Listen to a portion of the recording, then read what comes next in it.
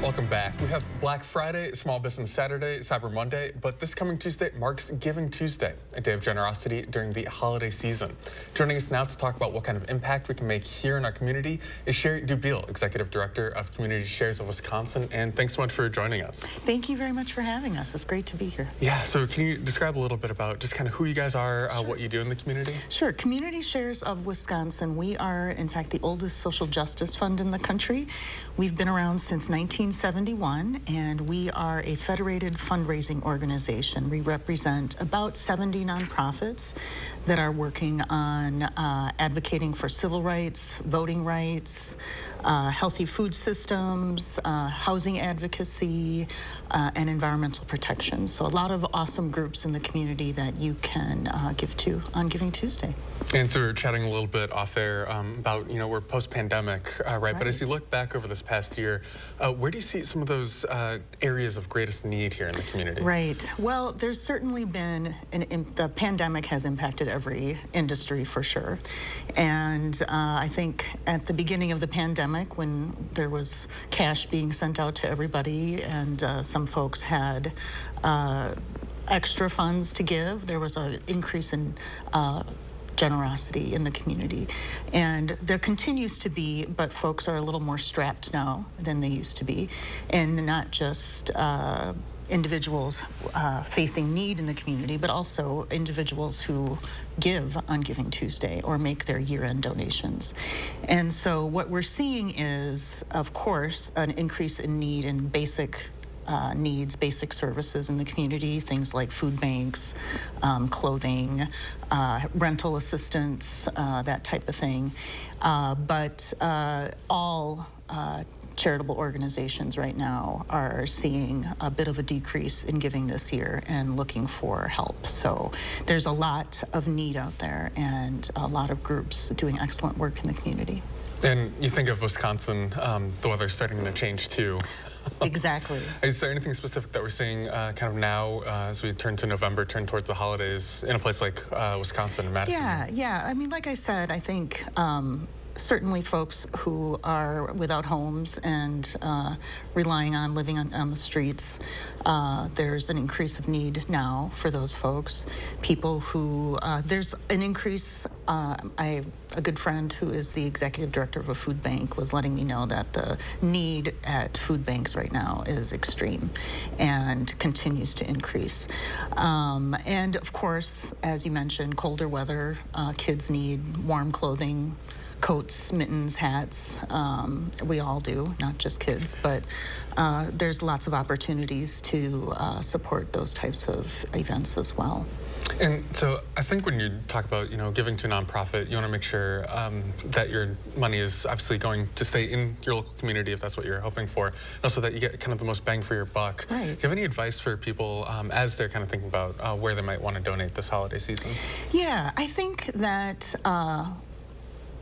industry-wide and community-wide, we are seeing a return to the importance of the small donor who can give small amounts. We always, of course, rely on donors who can make large gifts, and folks who can give through their donor-advised funds are always greatly appreciated. But in times like this, the average person who can give a few dollars on Giving Tuesday, for example, it's a perfect opportunity for folks to consider giving back when they're looking at making their holiday gift purchases, etc. And I think also that organizations like Community Shares of Wisconsin, our entire history of our founding of our organization has been focused on the democratization of philanthropy. So we make sure that all people, regardless of the amount they have to give, have an opportunity to support charities.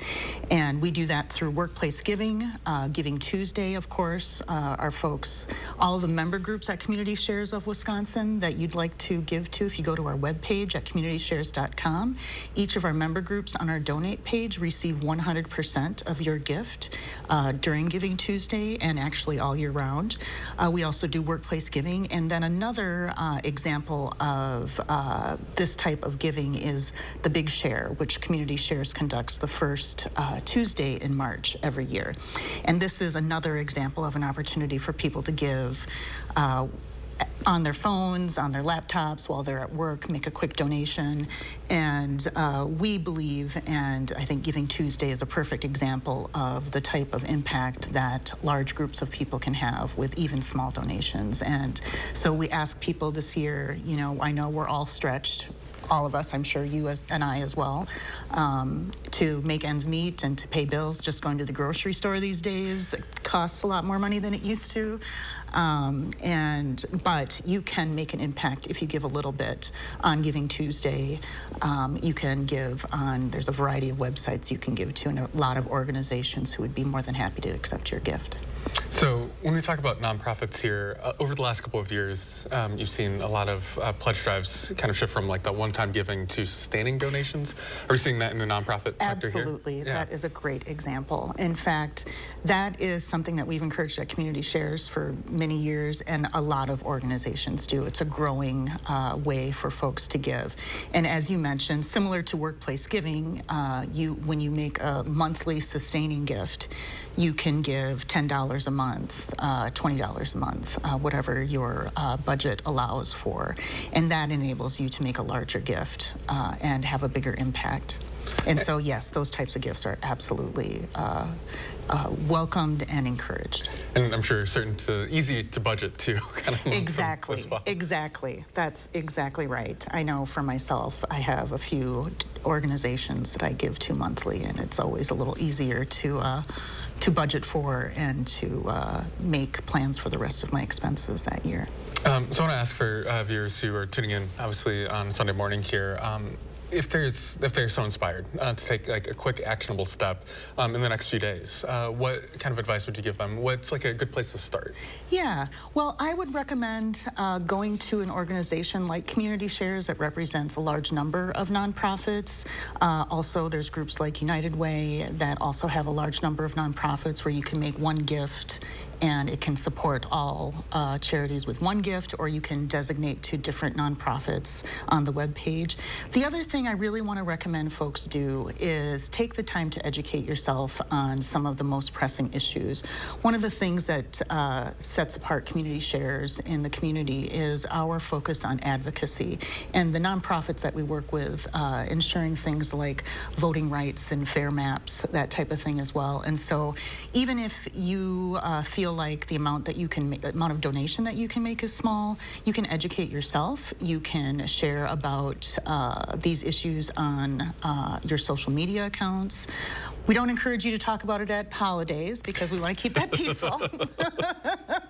But outside of the time you're sharing a meal with a family, definitely take some time to educate yourself and share more information about some of the most important issues that we're facing today. Well, Sherry Beal of Community Shares of Wisconsin, thanks so much for joining us. Really appreciate it. Thank you.